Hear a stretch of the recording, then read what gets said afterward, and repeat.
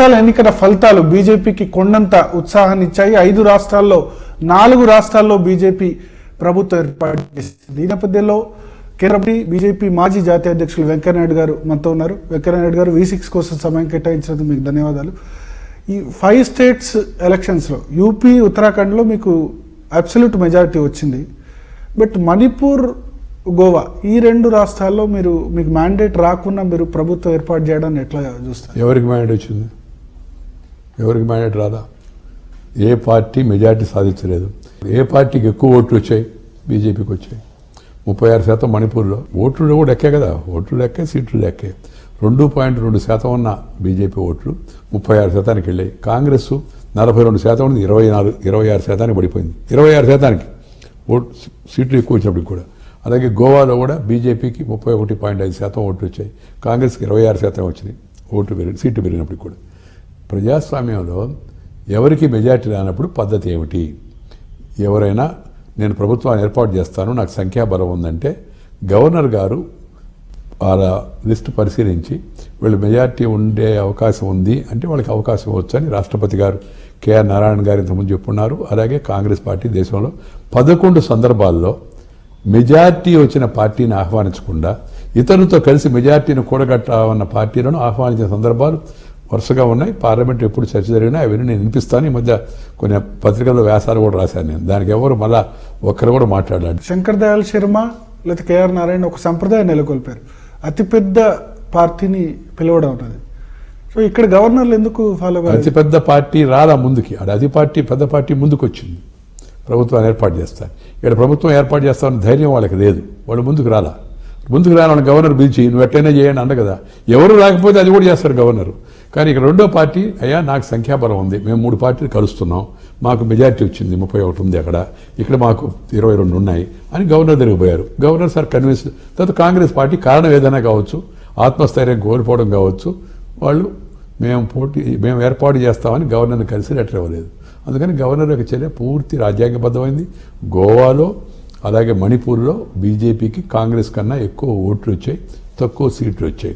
కానీ ప్రజాస్వామ్యంలో, పార్లమెంటరీ ప్రజాస్వామ్యంలో ఓట్లే కన్నా సీట్లు ముఖ్యం. ఆ విషయం నాకు కూడా తెలుసు. కానీ ఎక్కడైతే సీట్లు ఎవరికి మెజార్టీ రానప్పుడు కొంతమంది కలిసి ప్రభుత్వాన్ని ఏర్పాటు చేయడం అవుతుందో సాంప్రదాయం, దాని ప్రకారం బీజేపీ ఏర్పాటు చేసింది. బట్ నాకు గుర్తుంది సార్, 2004లో మీరు పార్టీ జాతీయ అధ్యక్షుడిగా ఉన్నారు. అప్పుడు కాంగ్రెస్కు 145 సీట్స్ వచ్చాయి, మీకేమో కేవలం 134 సీట్స్, అంటే 11 సీట్ల difference. But Congress government form చేసింది. కారణం ఏంటంటే అప్పుడు వాజ్పేయి మీరు అంతా డిసైడ్ చేసి మేము ప్రభుత్వ ఏర్పాటుకు ప్రయత్నించాం అని చెప్పారు. ఎందుకు అంటే వాజ్పేయి హయానికి మోడీ హయానికి ఉన్న తేడా? సమయం జరిగే కొద్ది బీజేపీ క్రమంగా బలం పుంజుకుంటుంది, కాంగ్రెస్ పార్టీ క్రమంగా అప్రతిష్ట పాలవుతుంది. కాంగ్రెస్తో చేతులు కలిపిన మిగతా పార్టీలు కూడా అప్రతిష్ట పాలవుతున్నారు. ఆ తర్వాత మోడీ గారు వచ్చిన తర్వాత దేశంలో ఆయన విస్తృతంగా పర్యటించడం వలన, ఉత్తరప్రదేశ్లో ఆయన చేసిన, గుజరాత్లో ఆయన చేసిన ప్రభుత్వం గురించి వినడం వలన ప్రజలు ఒక నూతన నాయకత్వం వచ్చిందని ఒక విశ్వాసాన్ని పెట్టుకున్నారు. ఆయన వచ్చిన తర్వాత పేదలకు అనుకూలమైన పథకాలు, అవినీతికి వ్యతిరేకంగా చేపట్టిన ఉద్యమాలు, నల్లధనాన్ని నిలదీసుకోవాల్సిన ప్రయత్నాలు, వీటన్నిటి కూడా ప్రజలు ఆమోదిస్తున్నారు, సంతోషిస్తున్నారు, స్వాగతిస్తున్నారు. అందువల్ల బలం పెరుగుతా ఉంది. బట్ ఎమ్మెల్యేలకు ఈ తాయిలాలు చూపడం లేకపోతే వేరే పార్టీలు చూపడం అలవాటే లేదు. కాంగ్రెస్ బీజేపీకి ఆ అలవాటే లేదు. ఎవడికి తాయిలాలు దిగ్విజయ్ సింగ్ ఆరోపిస్తున్నారు. దిగ్విజయ్ సింగ్ ఆరోపిస్తే ఏం చేస్తాడు? దిగ్విజయ్ సింగ్ వాళ్ళ యొక్క చరిత్ర ఏంది, ఆయన పార్టీ చరిత్ర ఏంది, వాళ్ళేంది ఇతరులను ఆమోదించేది? దెయ్యాలు వేదాలు వరించినట్టుగా కాంగ్రెస్ నాయకులు వాళ్ళు. అందుకే గోవాలో పిచ్చిగా మాడితే ఒక అతను, Goa all India Congress committee secretary, BJP Goa unit ఆయనకి పరువు నష్టం దావా వేసింది, నోటీస్ ఇచ్చింది. క్షమాపణ చెప్పకపోతే ఆ తర్వాత దాని తమాషా ఎట్లా ఉండదో ఆయన చూస్తారు కూడా. నోటికి వచ్చినట్టుగా మాడడం అనేది కొందరికి అలవాటు. కాంగ్రెస్ నాయకులకు అసలు ఏమి ఒక నియమం, ఒక పద్ధతి లేదు. తమ పక్క రాష్ట్రంలో ఏం చేశారు, పోయిన నెలలో ఏం చేశారు, అది కూడా పట్టించుకోరు. వాళ్ళు ఇష్టమైనట్టుగా మాడుతూ ఉంటారు. వాళ్ళ ముఖ్యమంత్రి డబ్బులు ఎర చూపించి ఆన్ టేప్ దొరికిపోయాడు హరీష్ రావత్. మన ఎన్నికల్లో కూడా దాని ఫలితాన్ని అనుభవించారు వాళ్ళు. అలాంటి వాళ్ళు ఇతరులపై వేడి చూపించడం ఏంటి? నువ్వు అసలు సంఖ్యాబలం లేదు నీకు, నువ్వు పోయి గవర్నర్ని కలవలేదు, మేము సంఖ్యాబలం కూడగట్టాము అంటే మాతో కలిస్తే డబ్బు ప్రభావం, మీతో కలిస్తే మాత్రం సిద్ధాంతం. ఎందుకంటే మీరు నీతివంతులు కాబట్టి. ఇక్కడ మొన్న ఎలక్షన్లో ఆప్ గెలిచింది, అంగీకరించాము కదా. సమాజ్వాదీ పార్టీ గెలిచింది 2012, అంగీకరించాం కదా. తర్వాత ఈ మధ్యకాలంలో బీహార్లో మేము ఓడిపోతే ఈమెమని ఓడిపోయామని మేము చెప్పరా? వాళ్ళ ఘటబంధన ఎక్కువ ఉంది, మాది తక్కువ ఉంది, ఓడిపోయాం, అంగీకరించాం. వాళ్ళు అదేవిధంగా ఇంత పెద్ద భారీ ఎత్తున ప్రజలు తీర్పిస్తే దాన్ని అవహేళన చేసే ప్రయత్నం చేయడంతో తమను తాము చిన్నబుచ్చుకుంటున్నారు వాళ్ళు. దానివల్ల రాబోయే రోజుల్లో మరింతగా అపఖ్యాతి పాలవుతారు. బట్ అంటే వాళ్ళ అనుమానాలు తీర్చేందుకు బ్యాలెట్ బాక్స్ లో ఎన్నికలు అది ఎవరో అది ఎలక్షన్ కమిషన్ చేయాలి ఆ పని. నేను కావాలి బ్యాలెట్ బాక్స్ కావాలంటాను, ఎరువులు వద్దంటాను, నాకు ఈ టైంలో బాగుంది మూడు, నేను గెలిచిపోయాను, ఆ టైంలో అది తమాషా అయింది. దేశంలో ఎన్నికలు ఏ పద్ధతిన జరగాలనేది ఎన్నికల కమిషన్ నిర్ణయిస్తుంది. ఎన్నికల కమిషన్ అన్ని పార్టీలతో సంప్రదించే ఈ నిర్ణయానికి వచ్చింది. వద్దని అన్ని పార్టీలు కలిసి కోరితే అప్పుడు ఆ విషయాన్ని గురించి ఆలోచించవచ్చు. కానీ దాని ఎన్నికలు అపజయంతో ముట్టిపడకూడదు. నువ్వు అపజయం కాబట్టి నాకు నమ్మకం లేదంటే ఎవరు దాన్ని విశ్వసించరు. సార్, ఉత్తరప్రదేశ్లో మీకు 325 సీట్స్ వచ్చాయి అలయన్స్ పార్ట్నర్స్తో కలిపి. బట్ ప్రతిపక్షాలు ఏమంటున్నాయంటే దీన్ని కమ్యూనల్గా పోలరైజ్ చేశారు. మోడీ లాంటి వాడే వచ్చి శ్మశాను, కబరిస్తాను, దీపావళి, రంజాన్ ఇటువంటి మాటలు మాట్లాడడం రంజాన్కి మధ్య తేడా ఉండకూడదు. ఏంటో కమ్యూనల్ ఏంది? కబరస్థానికి శ్మశానానికి మధ్య తేడా ఉండకూడదు. కరెంట్ సప్లై తేడా దాంట్లో కమ్యూనల్ ఏంది? ముస్లింలందరూ జాగ్రత్తగా ఉండండి, బీజేపీ వచ్చేస్తుంది, మూకుమ్మడిగా వచ్చి మాకు ఓటేయండి, అది బీజేపీ గెలిచిపోద్దని మాయావతి, అఖిలేష్ పూర్తిగా బరితెగిచ్చి బహిరంగంగా అప్పీల్ చేస్తే అది సెక్యులర్. బీజేపీ ఈ తేడా ఉండకూడదు, ముస్లింలకు, హిందువులకు, లేకపోతే కబరస్థానికి, శ్మశానానికి, లేకపోతే రంజాన్కి, దీపావళికి అని చెప్తే అది కమ్యూనలా? ఇదే మెయిన్ ఇష్యూ. ఈ పార్టీలు ఇంత పతనానికి రావడానికి కారణం ఏంటంటే వీళ్ళు ఈ దేశంలో హిందువులను కులం పేరుతో విడగొట్టు, ముస్లింలను మతం పేరుతో కూడగొట్టిన రాజకీయం చేసి ఓటు బ్యాంకు రాజకీయాలు చేశారు. అదే అయింది. దానివల్ల పెద్ద ఎత్తున ప్రజలు దాని మీద నిరసన వ్యక్తం చేశారు. ఆఖరికి ఈ స్థాయికి వచ్చారు వాళ్ళంతా కూడా. ఒకటైనప్పటికి కూడా ఆఖరికి ఎస్పీ కాంగ్రెస్ ఈ స్థాయికి ఎందుకు వచ్చారంటే వాళ్ళ ఈ అవకాశవాద కుల మత రాజకీయాలను ప్రజలు ఈసరించుకున్నారు. బీజేపీ యొక్క అభివృద్ధిని, మంచి పరిపాలన, సుపరిపాలన ప్రధానమంత్రిగా చెప్పిన దాన్ని 3 ఏళ్లలో కేంద్ర ప్రభుత్వం తీసుకున్న ఒక్క చర్య ఎక్కడైనా చెప్పానండి? ఆఖరి కిందాక ఉత్తరప్రదేశ్ ముఖ్యమంత్రిని ఇంత గెలిచి ఎమ్మెల్యేలందరూ ఎన్నుకుంటే ఆయన ఏదో రెచ్చగొట్టే ప్రసంగాలు చేసే వ్యక్తి అన్నట్టుగా కొంతమంది ప్రచారం చేశారు. నేను దాని విషయంలో ప్రజల వివేచనకు వదిలేస్తాను ఆయన వివేచన. ఇవాళ ఆయన ఏం చెప్పాడు? పార్లమెంట్కి వచ్చి ఉత్తరప్రదేశ్లో 400కి పైగా మత కలహాలు జరిగాయి, నేను ప్రాతినిధ్యం వహిస్తున్న గోరఖ్పూర్ ఆ చుట్టుపక్కల మత కలహం అనేది జరగలేదని నేను పార్లమెంట్ సాక్షిగా చెప్పాడు. కాదని వాళ్ళు రుజుపరచమని రేపు ప్రకటన చేయమనండి. నిజము ఒక రకంగా ఉంది, ప్రచారం ఇంకో రకంగా ఉంది. యోగి ఆదిత్యనాథ్ విషయానికి వస్తే మీరు రేజ్ చేశారు కాబట్టి, మీరు ఎన్నికల అబ్జర్వర్గా అక్కడ వెళ్ళారు, మీరు పార్టీ జాతీయ అధ్యక్షులుగా పనిచేసిన వారు. నిజానికి ఎంతో కాంప్లికేటెడ్ సిచ్యువేషన్ ఉంటే మీలాంటి నేతను పంపించాలి. బట్ అక్కడ ఏకగ్రీవంగా నిజంగా ఎలక్ట్ అయ్యారా? నిజంగా అంత శాసనసభ్యుల సపోర్ట్ ఉందా? ఎందుకంటే చాలా మంది నేతలు అందరూ ఉన్నారు, కెమెరా ఉంది, అంటే మీరు మేనేజ్ చేశారు. అది మేనేజ్ అంటే అందరితో ప్రజాస్వామ్య పద్ధతిలో అందరితో మాట్లాడితే నాకు ఆ విధంగా ఆయన వైపు మొగ్గు కనపడింది. అధ్యక్షుడికి చెప్పాను, ఎలా శాసనసభ్యుల అభిప్రాయం ఉంటే అలా ముందుకు పోండి అని చెప్పాడు. శాసనసభ్యులు మీటింగ్ పెట్టాం, ప్రతిపాదన చెప్పండి అన్నాను. కొంతమంది ఉపన్యాసాలు ఇవ్వడం మొదలుపెట్టారు. ఉపన్యాసాలు ఇవ్వకూడదు, ప్రతిపాదనలు. ఒక ఆయన ప్రతిపాదించాడు, 9 మంది లేచి మేము ఆయన సమర్థిస్తున్నామని చెప్పారు. సరే, అందరు లేచేసి వెంటనే చప్పట్లు కూడా మొదలుపెట్టారు. అంటే కాదు బాబు, నియమ నిబంధనల ప్రకారం ఈ మొదటి ప్రతిపాదన యోగి ఆదిత్యనాథ్ గారు వచ్చింది, ఇంకెవరిదన్నా ప్రతిపాదన ఉందా అని మొత్తం సభలు అడిగా. మా ఎవరి ప్రతిపాదన లేదు, మేమందరం యోగి గారికే సపోర్ట్ అన్నారు. 325 మంది లేచి మిత్రపక్షాలతో కలిపి మాకు యోగి గారే కావాలంటే లేదు అని నేను చెప్పడానికి నాకేం అధికారం ఉంది? పవిత్ర ప్రజాస్వామ్య స్ఫూర్తికి అది విరుద్ధం. ఏకగ్రీవంగా ఆయన ఎన్నుకున్నారు. నీతివంతుడు, ప్రజాసేవలో ఉన్నాడు, పేదలకు అందరికి సేవ చేస్తాడు, కుటుంబాన్ని వదిలిపెట్టుకొని 22 సంవత్సరాల కిందట వచ్చి సన్యాసిగా జీవిస్తున్నాడు, సాదాసీదాగా ఉంటాడు. ఇవాళ అందరూ కూడా చూసి ఉంటారు. ఆదిత్యనాథ్ గతంలో చేసిన కామెంట్స్ మనం చూసాం. గతంలో రియాక్షన్స్ వచ్చి ఉంటాయి కదా దానికి. గతంలోకి పోవడం ఎందుకు? ఇప్పుడు జరగాల్సిన సంగతి చూడండి. జరిగే సంగతి ప్రజలు తీర్పిచ్చారు. ప్రజల తీర్పును శాసనసభ్యులు ఆయన ఎన్నుకున్నారు. అది ప్రజాస్వామ్యంలో అలవడ్ ఇదంతా కూడా. మరి ప్రజలు సోనియా గాంధీ గారి నాయకత్వం పోతే మన్మోహన్ సింగ్ ప్రధానమంత్రి చేశారు వాళ్ళు. మన్మోహన్ సింగ్ ఓటేదా జనం? కాంగ్రెస్ వాళ్ళకి సమాధానం చెప్పదలుచుకుంది నేను. మన్మోహన్ సింగ్ ఓటేశారా జనం? వేయరా? అంటే యోగి ఆదిత్యనాథ్ కనుక మీరు సీఎం క్యాండిడేట్ గా డిక్లేర్ చేస్తే ఇన్ని ఓట్లు వచ్చి ఉండేవి కాదు. మన్మోహన్ సింగ్ 4వ వంతు కూడా వచ్చి ఉండే కదా నేను అనొచ్చు. మన్మోహన్ సింగ్ కానీ వాళ్ళు కానీ ప్రధానమంత్రి కానీ ముందు ప్రకటించుంటే ఈ వచ్చిన ఓట్లు 4వ వంతు కూడా వచ్చి ఉండే కదా నేను అనొచ్చు. ఈ విమర్శతో 2009లో ఆయన నాయకత్వంలో వెళ్తే బంపర్ మెజారిటీ వాళ్ళు 206 సీట్లు. నేను 2004 సంగతి చెప్తున్నాను. 2004 సంగతి చెప్తున్నాను. బంపర్ మెజారిటీ ఏం రాలేదు. మెజారిటీ వచ్చింది అంతేగాని బంపర్ మెజారిటీ రాలేదు. బంపర్ మెజారిటీ ఇది దీన్ని బంపర్ మెజారిటీ అంటారు. యోగి ఆదిత్యనాథ్ మీరేమైనా చెప్పండి, ఒక హిందుత్వ ఎజెండాకు మళ్ళీ బీజేపీ వెళ్తోంది. 2019 ఎలక్షన్స్ లో హిందుత్వ ఎజెండాతోనే వెళ్తుందన్న ఒక సిగ్నల్ పంపించేందుకే యోగి ఆదిత్యనాథ్ సెలెక్ట్ చేశారంటారు. దేనికి? మోడీ గారు చెప్పింది ఏంది? అభివృద్ధి. మోడీ గారు చెప్పిన రెండో మాట ఏంది? సుపరిపాలన. యోగి ఆదిత్యనాథ్ నేను ఏం చెప్పాడు? సబ్కా సాత్ సబ్కా వికాస్. రెండో మాట ఏం చెప్పాడు? సంకల్ప పత్రము. అదే మా అజెండా, దాని ప్రకారం ముందు. బట్ మైనారిటీల మీద ఆయన చేసిన కామెంట్స్, మైనార్టీలు వాళ్ళంతా ఆయనకు ఒక అవకాశం చూద్దాం, దూరంగా ఉండడం లాభం లేదని మైనార్టీలు చెప్పిన విషయాలంతా పత్రికలు ప్రముఖంగా ప్రచురించాయి. ఈ తప్పుడు ప్రచారం కొంతమంది పనిగొట్టుకుని ఢిల్లీలో వాళ్ళ బుర్రలో వేరే ఆలోచనలు ఉన్నాయి. ఇంతకుముందు వామపక్ష భావాల వలన, లేకపోతే ఆ నెహ్రూ కుటుంబానికి విధేయులుగా ఉండడం వలన వాళ్ళు ప్రతి ఒక్క దాన్ని హిందూ ముస్లిం ఆ దృష్టితో చూసి దాన్ని గోరంతలు కొండంతలు చేయడం, మత్తత్వవాదులను టీవీలో పిలిచి స్టూడియోలో డిబేట్స్లో పాల్గొంటారు. ఎందుకంటే సెక్యులరిస్టులు కదా, అసదుద్దీన్ ఓవైసీ వీళ్ళంతా చాలా సెక్యులర్ పీపుల్, వాళ్ళ సర్టిఫికేట్ తీసుకుంటారు. కానీ మన యోగి ఆదిత్యనాథ్ కమ్యూనల్, ఎందుకంటే ఆయన హిందువుల గురించి కూడా మాట్లాడతాడు. 80% జనాభా ఉన్న ఈ దేశంలో హిందువుల గురించి మాడడం తప్ప, హిందువులు జరిగే అన్యాయాన్ని లేవనెత్తి దాని గురించి ప్రభుత్వం దృష్టి తేవడం తప్ప, అందరికీ ఒకటే అన్యాయం ఉండాలా, ముస్లింలకు హిందువులకు మధ్య తేడా ఉండకూడదు అనడం తప్ప, ఈ రాజకీయం అంతా ఈ దేశంలో నేను ఇందాక చెప్పినట్టుగా మెజార్టీని కులం పేరుతో విడగొట్టు, మైనార్టీని మతం పేరుతో కూడగట్టిన పద్ధతి జరిగింది. ఈ రాజకీయం ఇంకా జరగదు అనే విషయం స్పష్టంగా మోడీ గారు రుజువుపరిచారు. అభివృద్ధికి ఓటేద్దాం, సుపరిపాలనకు ఓటేద్దామని. అందుకని పంచాయతీ నుంచి మున్సిపాలిటీ దగ్గర నుంచి ముఖ్యమంత్రుల దగ్గర నుంచి పార్లమెంట్ వరకు అంతా జనం ఓటంతా మీరు గమనిస్తే ఎవరు కూడా హిందుత్వ అజెండాకి వేశారు లేకపోతే ఇంకో దానికి వేశారని చెప్పడం అందరూ చెప్తున్నారు. మేము రేపు పరిపాలన ఎలా జరుగుతుందో చూడండి. 3 ఏళ్లలో మోడీ గారి పరిపాలనలో ఎక్కడన్నా మతపరమైన విషయం ద్వారా పరిపాలన జోక్యం చేసుకుందా అది గమనించాలి అందరూ.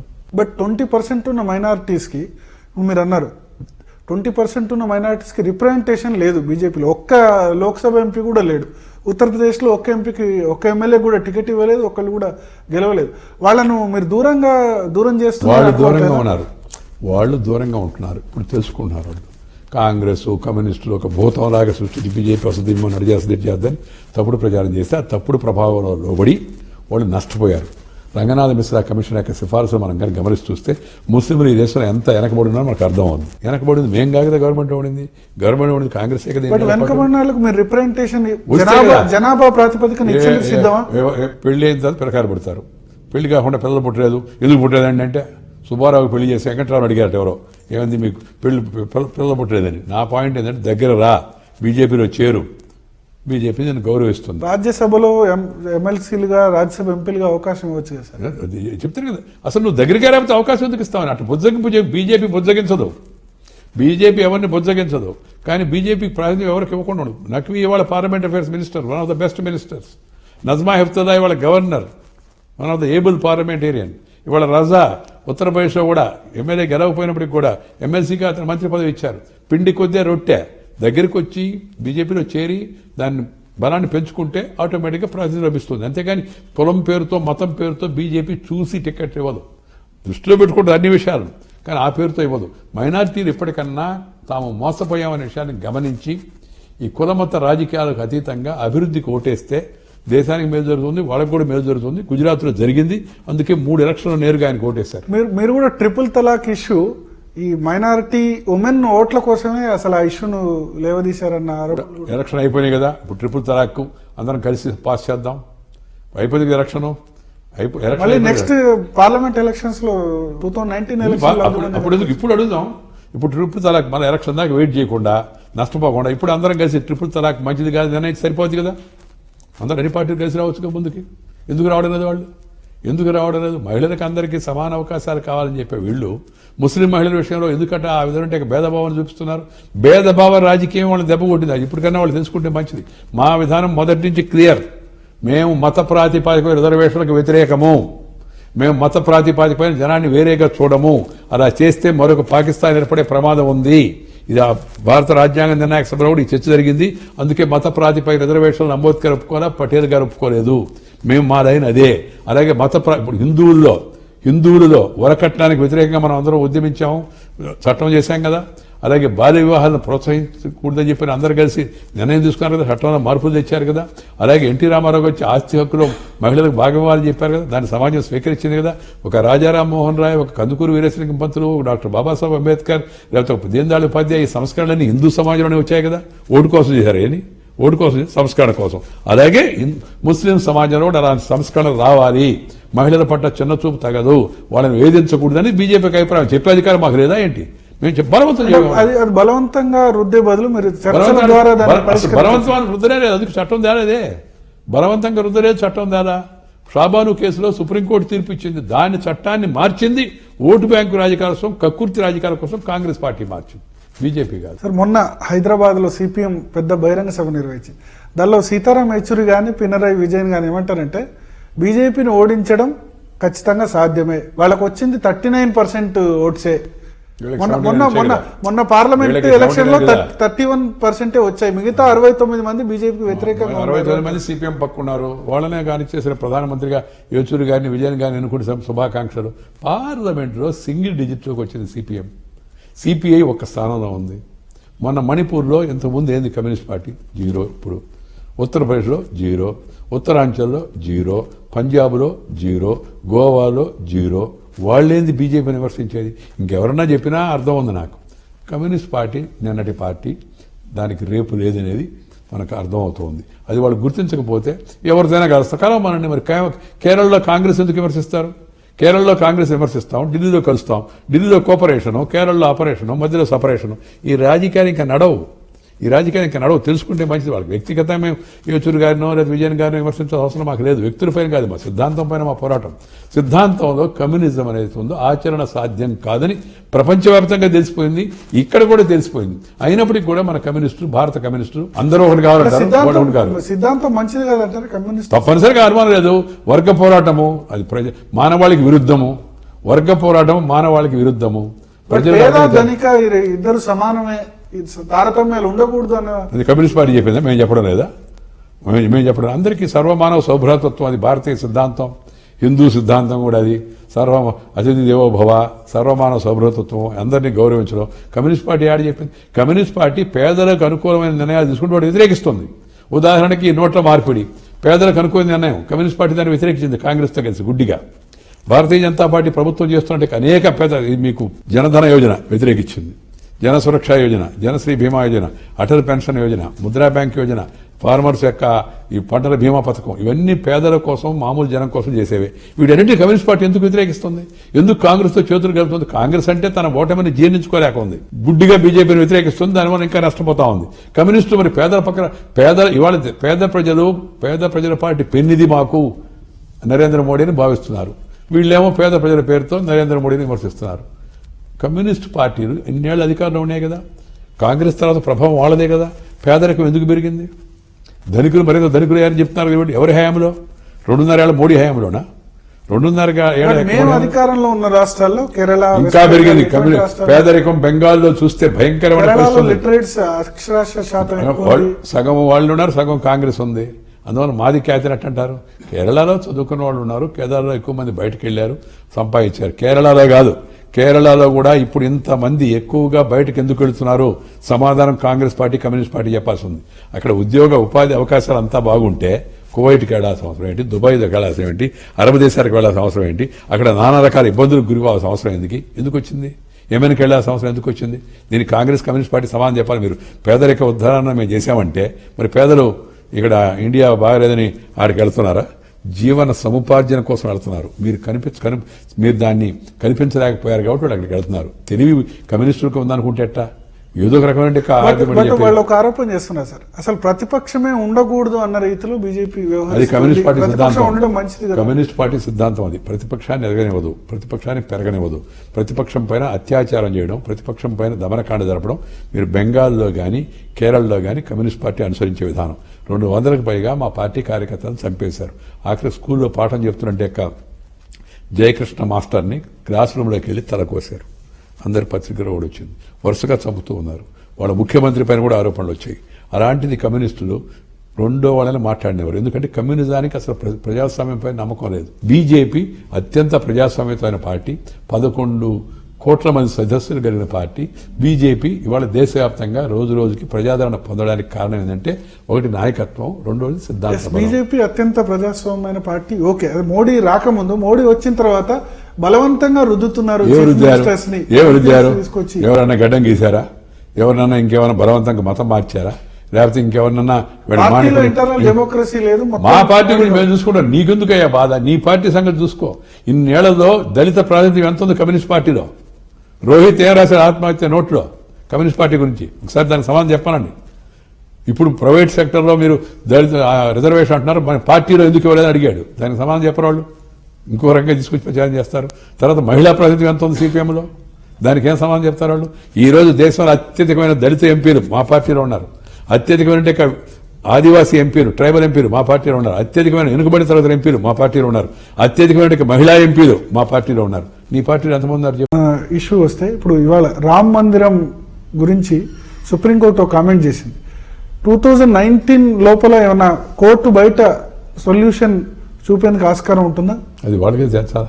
దానికి సమాధానం సుప్రీంకోర్టు. అంటే మీరు దానికి కేంద్రంలో సమాధానం ఉన్నారు కాబట్టి. కేంద్రంలో ఉంటే ప్రభుత్వం రామ మందిరాన్ని ప్రభుత్వం ఏర్పాటు చేయదు.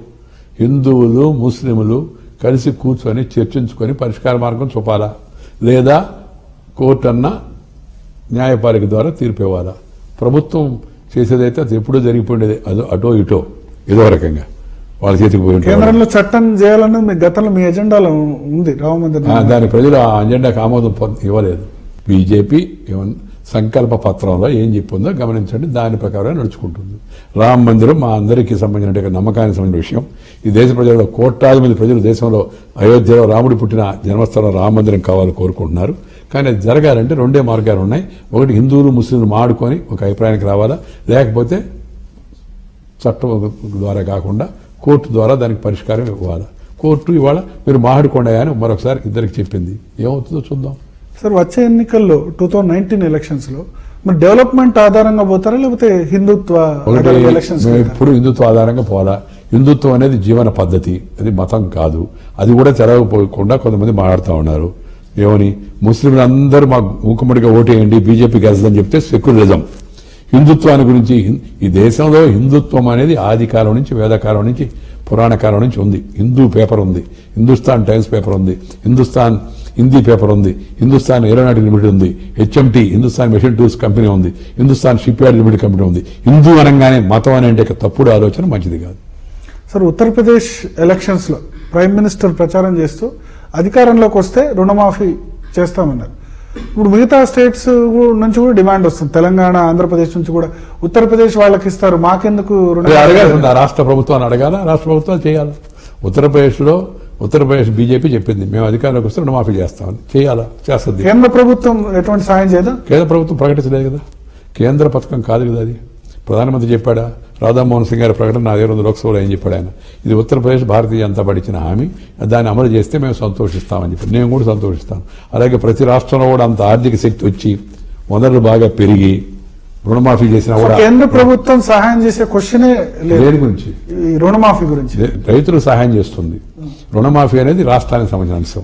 ఆ రాష్ట్రాలు వాళ్ళకున్న పరిస్థితిని బట్టి చేసుకోవచ్చు. సార్ ఒకవేళ ఉత్తరప్రదేశ్ గనక కేంద్ర ప్రభుత్వం సహాయం చేస్తే ఆంధ్రప్రదేశ్ తెలంగాణ కేంద్ర ప్రభుత్వం ఒక రాష్ట్రానికి చేసి ఇంకో రాష్ట్రానికి చేయకుండా ప్రసక్తే లేదు. సెంట్రల్ పాలసీ అంటే uniform to all states. But ఈ మధ్య ఈ చర్చ బాగా జరుగుతుంది, ఉత్తరాది వర్సెస్ దక్షిణాది. ఎవరు? పవన్ కళ్యాణ్ గానీ కొంతమంది- రీసెంట్ గా పినరయ్ విజయన్ గానీ కొంతమంది అంటే ఆయన దృష్టిలో మరి వాళ్ళ పార్టీలో అలాంటి పరిస్థితి ఏమైనా ఉందో, పినరాయి విజయానికి ఏమైనా అనిపించిందేమో నాకే తెలియదు. దేశం అటక్ నుంచి కటక్ వరకు, కన్యాకుమారి కాశ్మీర్ వరకు సమస్త భారతదేశం ఒకటి. కులం పేరుతో, మతం పేరుతో, వర్గం పేరుతో, వర్ణం పేరుతో, భాష పేరుతో జనాన్ని చేర్చడం అది మంచి రాజకీయం కాదు. ప్రజలు దాన్ని అంగీకరించరు. ఉత్తరాది వేరు, దక్షిణాది వేరు, ఆర్యులు వేరు, ద్రవిడులు వేరు అని చేసాము. రాజకీయాలు ఉపయోగించుకున్నారు కొంతకాలం కొందరు. అవన్నిటికీ ప్రజలు స్వస్తివాచకం వరకు ఇవాళ అభివృద్ధికి ఓటేశారు, మంచి పరిపాలన ఓటేశారు. దాంట్లో పోటీ పడాలా? పోటీ పడి బీజేపీ కన్నా మేము మంచి పరిపాలన ఇస్తామని చెప్పిన వాళ్ళు రుజుపరుచుకోవాలా? దాని మీద జరుగుతుంది. కొంతమంది మాడుతూ ఉంటారు, దానికి మనం ఏం చేస్తామని చెప్పండి. సార్ ఇప్పటికైనా బీజేపీని ఒక పాన్ ఇండియా పార్టీగా మనం చెప్పొచ్చా? ఎందుకంటే దక్షిణాది చూసుకుంటే 129 లోక్సభ స్థానాలే. తమిళనాడులో పరిస్థితి దారుణంగా ఉంది, కేరళలో అంతే. అకౌంట్ కూడా కాంగ్రెస్ పరిస్థితి బాగుంది. ఎందుకంటే కాంగ్రెస్ ఇవాళ దేశంలో గుర్తింపు పొందిన ప్రతిపక్షం కూడా లేదు. కానీ అది పాన్ ఇండియా పార్టీ కాంగ్రెస్. ఎందుకంటే గుర్తింపు పొందిన అపోజిషన్ కూడా లేదు. పాన్ ఇండియా పార్టీ మేము పెరుగుతున్న పార్టీ, అది తరగుతున్న పార్టీ, అది అర్థం చేసుకోవాలి. బీజేపీ కొత్త పార్టీ, బీజేపీ పైకి వస్తున్న పార్టీ, బీజేపీ విస్తరిస్తుంది. ఇవాళ అండమాన్లో బీజేపీ జెండా, అస్సాంలో బీజేపీ జెండా, అరుణాచల్ ప్రదేశ్లో బీజేపీ జెండా, కన్యాకుమారిలో బీజేపీ జెండా, తమిళనాడులో, కశ్మీర్లో బీజేపీ జెండా ప్రభుత్వంలో వచ్చింది. అలాగే మున్సిపల్ ఎలక్షన్లో, పంచాయతీ ఎలక్షన్లో, అలాగే అసెంబ్లీ ఎలక్షన్లో, బై ఎలక్షన్లో బీజేపీ గెలుచుకుంటా పోతా ఉంది. కాంగ్రెస్ పార్టీ తరుక్కుంటా వస్తుంది. ఏ ఉత్తరప్రదేశ్ అయితే కాంగ్రెస్కి జన్మభూమిమో, ఏ ఉత్తరప్రదేశ్ అయితే మోతీలాల్ నెహ్రూ, జవహర్లాల్ నెహ్రూ, ఇందిరాగాంధీ గారు వాళ్ళందరూ ఇంతకుముందు రాజ్యం చేశారో, అదే ఉత్తరప్రదేశ్లో కాంగ్రెస్ పార్టీ ఇవాళ సింగిల్ డిజిట్ 7 స్థానాలకు వచ్చింది, పాన్ ఇండియా పార్టీ కాబట్టి. అలాగే ఆఖరికి వాళ్ళ కంచుకోటగా ఉన్న అమేథీ, రాయ్బెరీలో కూడా కాంగ్రెస్ పార్టీ తిరస్కరణకు గురైంది. ఆఖరకు తన సిద్ధాంతాన్ని వదిలేసి కుల ప్రాతిపదికపై ఏర్పడిన సమాజ్వాదీ పార్టీ వెనక సైకిలెక్కిన కాంగ్రెస్ పార్టీ గెలవలేకపోయింది. మేము సొంత విధానాలతో పోటీ చేసి మోడీ గారి నాయకత్వాన బీజేపీ విస్తరిస్తుంది. ఆఖరికి ఈశాన్య రాష్ట్రాల్లో కూడా జెండా ఎగరేసింది. బెంగాల్లో కూడా లోక్సభ ఉప ఎన్నికల్లో కమ్యూనిస్ట్ పార్టీని 3వ స్థానానికి నెట్టేసింది. అలాగే త్రిపురలో కాంగ్రెస్ పార్టీని 3వ స్థానాన్ని నెట్టేసింది. బీజేపీ క్రమేపీ పెరుగుతూ ఉంది, కాంగ్రెస్ త్వరితగతిన తరుగుతూ ఉంది. But especially southern states, Tamil Nadu, Kerala, Andhra Pradesh, Telangana, ఇక్కడ ఎదిగేందుకు ఎంత సమయం పడుతుంది? సమయం పడుతుంది. మనం లెక్కలేస్తాం, గణితం పెరుగుతుంది. మీకు అటువంటి అనుకూలమైన వాతావరణం ఉందా? వాతావరణం తప్పనిసరిగా ఉంది. ఇవాళ మేడం జయలలిత గారు లేరు, కొంత రాజకీయ శూన్యత వచ్చింది. ఆంధ్రప్రదేశ్లో మేము ఆల్రెడీ ప్రభుత్వంలో ఉన్నాం. అలాగే కర్ణాటకలో బీజేపీ గెలుస్తుంది కదా, దాని దక్షిణాది లెక్కేరు మీరు, దాన్ని ఉత్తరాది కింద పెట్టుకునేది. కర్ణాటక దక్షిణాది ఉంది నాకు తెలిసి, ఎందుకంటే నేను కూడా ఒక 18 ఏళ్ల పాటు అక్కడ ఎంపీగా ఉన్నా. కర్ణాటకలో బీజేపీ గవర్నమెంట్లో ఉండింది, ఇప్పుడు అపోజిషన్లో ఉంది, నెక్స్ట్ టైం పొజిషన్లోకి వస్తుంది. కేరళలో బీజేపీ ఇంతకుముందు అసెంబ్లీలో అడుగుపెట్టామని చెప్పారు, అసెంబ్లీలో అడుగుపెట్టింది, 14.65% ఓటు తెచ్చుకుంది. తమిళనాడులో కూడా బీజేపీ పార్లమెంట్కి ఎన్నికించింది, పొన్నం రాధాకృష్ణ గారు ఎన్నికై ఉన్నారు, ఈసారి గెలుస్తుంది. ఆంధ్రప్రదేశ్ కూడా బీజేపీ గెలిచిన 2 స్థానాలు పార్లమెంట్లో ఉంది. తెలంగాణలో కూడా బీజేపీ పార్లమెంట్కి గెలిచింది. ఇంకా బలం పుంజుకోవాలంటే కొంత సమయం పడుతుంది. ఆ ప్రయత్నం స్థానికంగా ఉన్న రాష్ట్రాలలో రాజకీయ పరిస్థితులు, సమీకరణలు, అక్కడ ఉన్నట్టు నాయకత్వాన్ని బట్టి అది ఆధారపడి ఉంటుంది. అయితే కొండంత బలం పైన మోడీ గారు ఉన్నారు. మోడీ గారు ప్రభుత్వం చేస్తున్న మంచిని చూపించి జనంలోకి వెళ్ళి ప్రచారం చేసుకుని పార్టీని బలపరుచుకునే ప్రయత్నం చేస్తారు. తప్పనిసరిగా ఆంధ్రప్రదేశ్లో, తెలంగాణలో, తమిళనాడులో, కేరళలో, కర్ణాటకలో కూడా రాబోయే రోజుల్లో బీజేపీ బలీయమైన శక్తిగా వస్తుందనే విశ్వాసం నాకుంది. తమిళనాడులో మొన్న మీరు పోషించిన పాత్ర చాలా వివాదాస్పదమైంది సార్. పన్నీర్ సెల్వం ఒక మనిషి చనిపోయినప్పుడు సానుభూతి చూపించడం, ఆ యొక్క అంతిమ సంస్కారానికి సహకరించడం, వివాదాలు లేకుండా, అది వివాదం అని కొంతమంది అనుకుంటే వాళ్ళకి మనం చేయగలిగింది. పన్నీర్ సెల్వం మీరు వెనకొండి ప్రోత్సహించి పన్నీర్ సెల్వం మాకేం సంబంధం? పన్నీర్ సెల్వం, పడని మాణిక్యమా, లేకపోతే ఇంకో సుబ్బారావు అనేది వాళ్ళ పార్టీ విషయం. అది ఇతర పార్టీ అలవాటు. అది ఆ జబ్బును మాకు ఆపాదించవద్దు. ఏడీఎంకి ఎవరు నాయకుడు అవ్వాలని మాకు దొరికమే లేదు. మాకు ఒక ఎమ్మెల్యే కూడా లేదు తమిళనాడులో. ఇప్పుడే చెప్పావు నువ్వు అసలు బలహీనంగా ఉన్నామని. బలహీనంగా ఉన్నవాళ్ళు అంత అవసరం మాకేంటి? అంత అవసరం మాకేంటి? పన్నీర్ సెల్వం ఏంది? మాకేం సంబంధం? ఆయన ముఖ్యమంత్రి ఉండాలి లేదా ఏడీఎంకే ఎమ్మెల్యే నిర్ణయించాలా? స్టూపిడ్. గవర్నర్ ఏం చేశాడు? గవర్నరు అక్కడ కోర్టు కేసు ఉంది కాబట్టి ఆ కేసు తేలిన దాకా వేచి చూశాడు. తేలిన వెంటనే పిలిచి బలం రుజుపరుచుకోమన్నాడు. ఈయన సంఖ్యాబలం తేలేకపోయాడు, ఆయన సంఖ్యాబలం తెచ్చిన ఆయన్ని ప్రమాణ స్వీకారం చేయించాడు. గవర్నర్ తప్పేంది? అర్థం లేకుండా ఏదో ఒకటి ఒక పచ్చి గుడ్డి బీజేపీ ద్వేషంతో విషం గక్కినట్టుగా తప్పుడు ప్రచారం చేయడం కొంతమందికి అలవాటు అయిపోయింది. నేను పత్రికల వాళ్ళని ఏం కోరుతున్నా అంటే, దయచేసి అలాంటి వాళ్ళ యొక్క తప్పుడు ప్రచారాలకు ప్రభావానికి లోనైపోయి దాని ప్రకారం మీరు ముందుకు వెళ్ళొద్దు. సార్, గవర్నర్ల వ్యవస్థను కాంగ్రెస్ పార్టీ నిజంగా వాడుకుంది. బట్ బీజేపీ అంటే పార్టీ విత్ డిఫరెన్స్ అని మీరే అందుకని మెజార్టీ లేని పన్నీర్ సెల్వాన్ని ముఖ్యమంత్రిగా ఆహ్వానించరా విద్యాసాగర్రావు. ప్రజాభిప్రాయం వేరేగున్నా కూడా మెజార్టీ ఉన్న మాణిక్యాన్ని ఆహ్వానించాడు. అది బీజేపీకి డిఫరెన్స్. అదే కాంగ్రెస్ అయి ఉంటే తప్పనిసరిగా వాళ్ళు అనుకున్న వ్యక్తిని ముఖ్యమంత్రిగా పెట్టి జనాన్ని అందరినీ కూరగట్టుండేది. ఆంధ్రప్రదేశ్లో ఏం చేసిందో ఎన్టీ రామారావుకి మెజార్టీ ఉన్నా కూడా అందరికీ కూడా తెలుసు. అందువల్ల కాంగ్రెస్తో పోల్చొద్దు బీజేపీ. ఈ 5 రాష్ట్రాల ఎన్నికల ఫలితాల తర్వాత మీరు చాలా రాష్ట్రాల్లో అధికారంలోకి వచ్చారు. ప్రజల తీర్పు మీ వైపు ఉంది. ఇప్పుడు తీర్పు మీ వైపు వచ్చింది కదా అని చెప్పి ఇంకా అంటే రిఫార్మ్స్ పేరిట ఇంకేమైనా, ఎగ్జాంపుల్ బ్యాంక్ చార్జెస్ చూశారు. ఇప్పుడు నోట్లు రద్దు చేసి పేదవాళ్ళందరినీ బాధేశాం. మీరందరూ టీవీలన్నీ పెట్టి మీరందరూ ప్రచారం చేసి మీ అందరి సంగతి ఇదైపోతుంది, మీ బంగారం అంతా పోతుంది, అమ్మా నీ తాలిబొట్టు ఏమవుతుంది, అమ్మా నీ బంగారం రసీదు ఉంది అన్నారు. జనం తీర్పిచ్చారు. బాగా జనం తీర్పిచ్చారు. అందుకని ఇప్పటికైనా తప్పుడు ప్రచారం చేయొద్దు. Don't go by an agenda. ఒక పార్టీ అజెండాతో, ఒక వ్యక్తుల అజెండాతో ప్రచార ప్రసార సాధనాలు పనిచేయకూడదు. బీజేపీ దేశ ప్రజలకు మేలు చేస్తుంది. అనుమానం లేదు. చేస్తుందని ప్రజలు ఓటేస్తున్నారు. చేస్తాం కూడా. సంస్కరణ ఇంకా గట్టిగా చేస్తాం.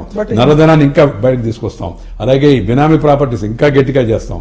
అది బాధనం అనుకుంటే వాళ్ళ పట్ల మీకు సానుభూతి ఉంటే మీ సానుభూతిని వాళ్ళతో ఉంచుకోండి. మా సానుభూతి పేద ప్రజల పట్ల, మా సానుభూతి దేశ ప్రజల పట్ల. సార్, బ్యాంక్ చార్జెస్ విషయంలో మీరు అది ప్రభుత్వం ఆలోచిస్తుంది. బ్యాంకు సహేతుకంగా ఉంటాయి. పెట్రోలియం ఛార్జీలు కూడా ఇంతకుముందు ప్రభుత్వంతో పోల్చి చూస్తే తక్కువగానే ఉంటాయి కూడా. తెలంగాణ గవర్నమెంట్ తో మీ రిలేషన్ ఏ విధంగా ఉండదు? సెంట్రల్ గవర్నమెంట్, స్టేట్ గవర్నమెంట్ కలిసి పనిచేయాలి. అదే రిలేషన్. తప్పనిసరిగా దేశం అభివృద్ధి చెందాలంటే తెలంగాణ అభివృద్ధి చెందాలా. అందుకని తెలంగాణకు పూర్తి సహకారాన్ని అందిస్తుంది కేంద్ర ప్రభుత్వం, రాజకీయ రంగుతో నిమిత్తం లేకుండా. అందుకే మేము కార్యక్రమాలు పాల్గొంటున్నాం. ప్రధానమంత్రి గారు స్వయంగా వచ్చి కార్యక్రమాలు పాల్గొన్నాడు. రామగుండం ఫర్టిలైజర్ ప్రాజెక్టు రివైవ్ ప్రయత్నం చేస్తున్నాం. ఎలక్ట్రిసిటీ కొరత లేకుండా రాష్ట్ర ప్రభుత్వాన్ని సహకరించే ప్రయత్నం చేస్తున్నాం. ఎయిమ్స్ కావాలంటే ఎయిమ్స్ని పెట్టే ప్రయత్నం చేస్తున్నాం. ఆ ప్రయత్నంకి రాజకీయ సంబంధానికి సంబంధం లేదు. కలిసి వస్తే కలిసి పనిచేస్తాం. తెలంగాణ టీఆర్ఎస్ ప్రభుత్వం కేంద్ర ప్రభుత్వంతో సహకరిస్తుంది కొన్ని విషయాల్లో. నోట్ల బదిలీని ముఖ్యమంత్రి గారు సమర్థించారు, సంతోషించాం, మేము ఆహ్వానించాం. ఇప్పుడు రిజర్వేషన్ అన్నాడు ఆయన, మత ప్రాతిపదికన మేము వ్యతిరేకిస్తున్నాం. మేము ఎందుకంటే మా సిద్ధాంతం అది, వాళ్ళ సిద్ధాంతం అది. సార్, మీ మంత్రిత్వ శాఖ సంబంధించి చేసుకుంటే స్మార్ట్ సిటీస్ కానీ, తర్వాత ఈ 2 BHK స్కీమ్ కానీ మీరు తెలంగాణకు ఎటువంటి సహకారం అందించబోతున్నారు? తెలంగాణ దేశంలో అన్నిటికీ ఒక ప్రాతిపాదిక ఉంది. తెలంగాణ ప్రతిపాదనలు వచ్చిన వెంటనే 80,000కు పైగా మంజూరు చేశారు. చాలా సంవత్సరాలుగా సంబంధం ఉంది కదా. అనుమానం, దేశం అంతా సంబంధం ఉంది నాకు. తెలంగాణ వాళ్ళు కూడా తెలుగు ప్రజలే. వాళ్ళ కూడా నాకు వాళ్ళందరితో చాలా సాన్నిహిత్యం కూడా ఉంది. ఎందుకంటే నేను తిరిగాను అక్కడ. నేను ఒక ప్రాంతం వాడిని ఎవరిని అంటే అది చాలా అన్యాయం చేయడం అవుతుంది. ఒక ప్రాంతంగా ఈ దేశానికి సంబంధించిన వాళ్ళు. నేనేం తెలుగు ప్రజల ప్రజాప్రతినిధి కూడా కాదు. అటు కూడా రాజస్థాన్ నుంచి ఎన్నికై ఉన్నాను. బీజేపీ వచ్చిన తర్వాత కేంద్రంలో 80,000కు పైగా గృహాలు మంజూరు చేసింది. విద్యుత్ కొరత నివారించేందుకు సహాయం చేసింది. అలాగే హైదరాబాదుని, వరంగల్ని స్మార్ట్ సిటీస్గా డిక్లేర్ చేసింది ప్రమాణాలను బట్టి. కానీ ముఖ్యమంత్రి గారు హైదరాబాద్ వేరే పథకం పెడతాను, నేను కరీంనగర్కి అవకాశం కల్పించమన్నాడు. అసాధారణంగా ముందు అనుకున్న దాన్ని తొలగించి కరీంనగర్కి అవకాశం ఇవ్వడం కూడా జరిగింది. అలాగే హెరిటేజ్ సిటీలు మొత్తం దేశంలో 12 వస్తే తెలంగాణకు కూడా వరంగల్ని కాకతీయ రాజ్యం నుంచి పాత సాంప్రదాయాలు ఉన్నాయి కాబట్టి, పురాతనమైంది కాబట్టి వరంగల్ని హెరిటేజ్ సిటీ గుర్తించాం. దానికి నిధులు మంజూరు చేసాం. దాంతోపాటు ఈ యొక్క drainage, drinking water, sanitation, drinking వాటర్కి ఆ నగరాల నుంచి వచ్చే ప్రతిపాదన ఆధారంగా కేంద్ర ప్రభుత్వం మంజూరు చేస్తుంది. వివక్షత చూపించే ప్రసక్తి లేదు. ఎందుకంటే అక్కడ బీజేపీయేతర ప్రభుత్వం ఉంది కాబట్టి దాని పట్ల వివక్ష చూపించే ప్రసక్తి లేదు. సార్, మీ విషయానికి వస్తే మీరు యాక్టివ్ పాలిటిక్స్లో మీరు దాదాపు దేశంలో అన్ని పదవులు కూడా చేపట్టారు. ఒక పార్టీకి జాతీయ అధ్యక్షుడిగా ఉన్నారు, తర్వాత ఇప్పుడు కేంద్ర మంత్రిగా అప్పుడు ఉన్నారు, ఇప్పుడు ఉన్నారు. ఇప్పుడు యాక్టివ్ పాలిటిక్స్ నుంచి ఒకవేళ విరమించుకునే పరిస్థితి, అంటే రాజ్యాంగ పదవులు కనుక వస్తే ఉపరాష్ట్రపతి కానీ రాష్ట్రపతి కానీ, ఎందుకంటే మీ పేరు కూడా వినబడుతుంది, మీరు యాక్సెప్ట్ చేస్తారా? నేను పార్టీలో అన్ని స్థాయిల్లో పనిచేశా. ఇచ్చిన బాధ్యత నిర్వర్తిస్తున్నా. దీన్ని ఎలాగా నిర్వర్తిస్తా. నేను ఒక వయసు, ఒక పరిమితి తర్వాత రాజకీయాలను విరమించుకొని స్వచ్ఛంద సేవ చేయాలని ఉందని కూడా ఇంతకుముందే చెప్పాను. ఆ తగిన సమయం వచ్చినప్పుడు తప్పనిసరిగా. మంచిది కదా సార్, రాష్ట్రపతి, ఉపరాష్ట్రపతి లాంటి పదవులకు మీ పేరు వినవడం మంచిది కదా. పేరు వినబడ్డాను ఉంటే బయట వాళ్ళు ఏదో మాడుతుంటే దాన్ని అనుకొని నా కళలో విహరిస్తూ అలా మాట్లాడడం నాకు అలవాటు లేదు. చర్చ, ప్రతిపాదన ఏదైనా వచ్చినప్పుడు దానిపైన ప్రతిస్పందన ఉంటుంది. అలాంటి ప్రతిపాదన అధికారపూర్వకంగా నాకు ఎవరు చెప్పదా. బజార్లో మాడుతున్నారు, సానుభూతి పనులు మాడొచ్చు, ఇందాక మాడిన మాటలో వ్యతిరేకులు మాడొచ్చు, అది నడుస్తూ ఉంటుంది. కానీ దాని ప్రాతిపదికపై మనం డిస్కషన్ చేయకూడదు. Right sir, thank you. V6 కోసం సమయం కేటాయించినందుకు. సో వెంకయ్యనాయుడు గారు అయితే చెప్తున్నారు, రాష్ట్రపతి, ఉపరాష్ట్రపతి పదవులు లాంటి ప్రతిపాదనలు ఇంతవరకు తనకు రాలేదు, వచ్చినప్పుడు స్పందిస్తానని చెప్తున్నారు. అదేవిధంగా ఖచ్చితంగా మోడీ సంబంధించి ఏదైతే పరిపాలన ఉందో దాన్ని ప్రజలు మెచ్చుకుంటారు. అందుకనే 5 రాష్ట్రాల ఎన్నికల్లో తమకు ప్రజలు పట్టం కట్టారని కూడా ఆయన చెప్తున్నారు.